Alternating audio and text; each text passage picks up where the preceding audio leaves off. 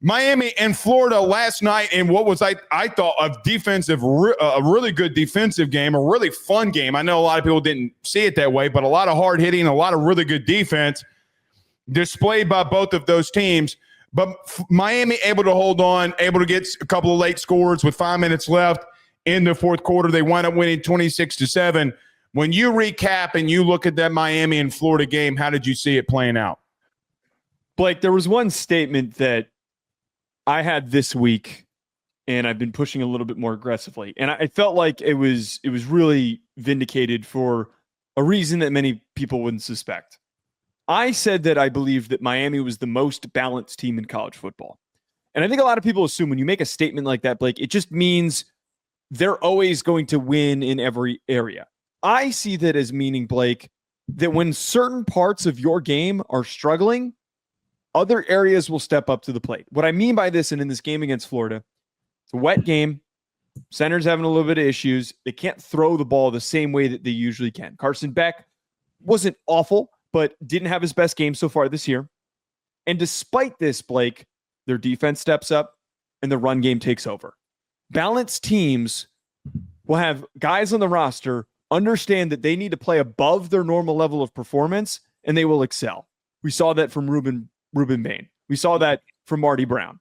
We saw that from so many guys on that defense that needed to swarm to the football. Like the last part with this, and in line with that, it gets me so fired up seeing this Miami defense doing what they do, where every single time somebody's tackled, there's 5, 6, as many Miami defenders as there possibly could be swarming to the football. Teams Rueben like that, Bain, my God, go far, Blake. They go far because it means they care. It means they are motivated. It means they want to do the little things right. So, Blake, that continues to stand out to me. I am still impressed by this Miami team, despite them not playing one of their cleaner games. I thought we learned a lot about Florida more than we learned about Miami. And let me explain. Florida lost to South Florida, and we were in a situation where we saw Florida take on LSU the previous week, a top 3 team. They go back on the road and face another top 5 opponent in Miami. And, Joe, the real question was, we kind of understood offensively they had been struggling, right? DJ last night only had 2.7 yards per completion. I mean, like, they really took everything out of his hands. Joe, that game was a 13-7 game with 5 minutes left to go. I mean, defensively, they have not given up with their best player being out. But you bring up this Miami defense, and in the second half, I thought Heatherman did and pulled what really I thought Blake Baker and LSU did in the first half or in the second half last week. Hey, we're going to show you and run a lot of things in the first half, and when we run those things, we're going to start bailing out in the second half. Show one thing, run another. I thought Heatherman and Blake Baker, arguably right now the best 2 DCs in the country, really gave Florida a lot of fits in a lot of different ways. But I look at what this game kind of came down to. It was a tough and physical football game. I still don't understand how Jaden Ball's only getting 12 touches and 12 carries throughout the game. They were one-dimensional. And to their credit, this defense for Florida played it close. But this was between two teams and 2 game plans. I know it's in the rain, but not the whole game was in the weather. Joe, they try to be very physical on both lines of scrimmage. But you bring up that Miami defense, and there's one statistic that just stands out above the rest. It's not about just flying to the football. Joe, Florida went 0 of 13 on third down. 0 of 13. That means the level of execution that Miami had defensively is light years ahead of where they were a season ago. Now, Joe, I do feel like Florida was way too one-dimensional. Lagway threw 5 interceptions last night, and they did not put him in any kind of constraints whatsoever. How many times on third down, I actually know this number, how many times on third down are you going to hand the ball off to Jackson or Ball and just say, pray, please God, get a first down? They didn't. I get what happened to Lagway a week ago, but Joe, you can't take the ball out of his hands when you're down 6 on the road on 3rd and 2nd. You cannot do it. They went for it on multiple fourth downs, and I get it. But Lagway has got to be able to convert those situations. Miami did exactly what they needed to do. They took what is a one-dimensional team because Lagway struggled the way that he was last week, and they physically dominated. 0 for 13. Billy Napier continues to get outclassed and outcoached. And that is what you're going to continue to see with this Florida team offensively. But I walk away from this and saying, look, Florida, you kept another game very close with a top 10 opponent. You did. A top 5 opponent. You did. But, Joe, this team offensively doesn't have a pulse. Billy Napier should Monday morning should have more questions than anybody. I get Lagway through 5 picks. Joe, you're on the road on fourth down, and you're literally on your side of the 50, and I'm asking the question, throw the ball. Like, what are we doing? I mean, I know I'm kind of harping on this, but you're down 6. You're down 6 points with a chance to go in and get points here. What are we doing? So, look, I don't want to take anything away from Miami. That defense, Rueben Bain, we kind of prefaced this last week, Joe. He might be the best player in college football, just non-position, like calling it like it is. He probably is. But, man, it just every time I felt like they kept trying to ram their head up against the wall when it was a really tough battle between Miami and Florida. Right. I want to continue the Miami conversation, but I just want to let's do the Florida. No. Well, wait.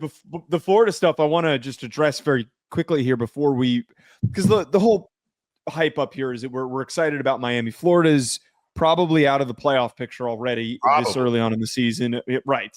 It's going to take a miraculous turnaround to go 9-0 in the next 9 games in order for them to, or not 9-0, 8-0 or whatever, to finish 9-3. But Blake, I think that one thing that was really accentuated and stood out to me that hasn't really been talked about enough until now is that it hasn't really made sense for Billy Napier to have been the play caller. It just didn't. And it leaked into so many different areas that affected this team in the past, where you've got guys wearing the same jersey on the field at the same time because he's not overseeing, he's not focusing on the small details of the way that this team is supposed to be operating. And I think it worked its way all the way over to here into this game where, as you mentioned, the 5 interceptions from a week ago, you're allowing for that to dictate your decision-making offensively. You're being way too timid. You're being way too careful. You're not really attacking downfield despite having this gifted quarterback. The worst thing that you can do is when a kid plays bad to make him feel like he has to reel it in. I think that was a complete misfire by them. Agreed. The fact that they didn't come into this season, Blake, with a new offensive coordinator, with a singular offensive-minded play caller to take over this team is going to be the misfire that is costing Billy Napier his job. That is why he loses his job. This game is the firmest example of that, as you said there, the more detail-oriented team that was very deliberate about having the right guys to win in the right situations, it accentuated what their problems were because the mirror image was Miami, who did almost everything right. All right. In reference to Miami, here's what I'd say. Defensively, you were a masterclass. I mean, you gave up the 1 touchdown drive in the third quarter where, look, Florida leaned on you. And you couldn't really get a lot of things going offensively, and that's completely fine. And Florida got a touchdown because they have a really good running back and some really good players. That defense is by far changed in the back end that gives this front seven the ability to be as aggressive and be as good as they need to be. And really, Joe, when we talk about Florida, just for argument's sake, with Heatherman and with Baker, being better on the back end has been giving them the opportunity to be as aggressive as they have been. That's number one. And they both have been. But offensively, I'm not taking anything away from Miami because the biggest lie in college football right now is that Florida is not good defensively. They're very good defensively. Yeah, it's so not true. Not true. It's just not true that, look, they're 1-3 because offensively they stink. Joe, they got NFL guys all over that defense. That's a good team. But here's the thing.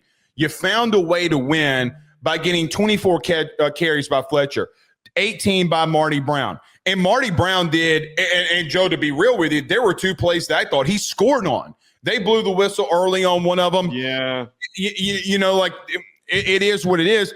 He was their leading receiver.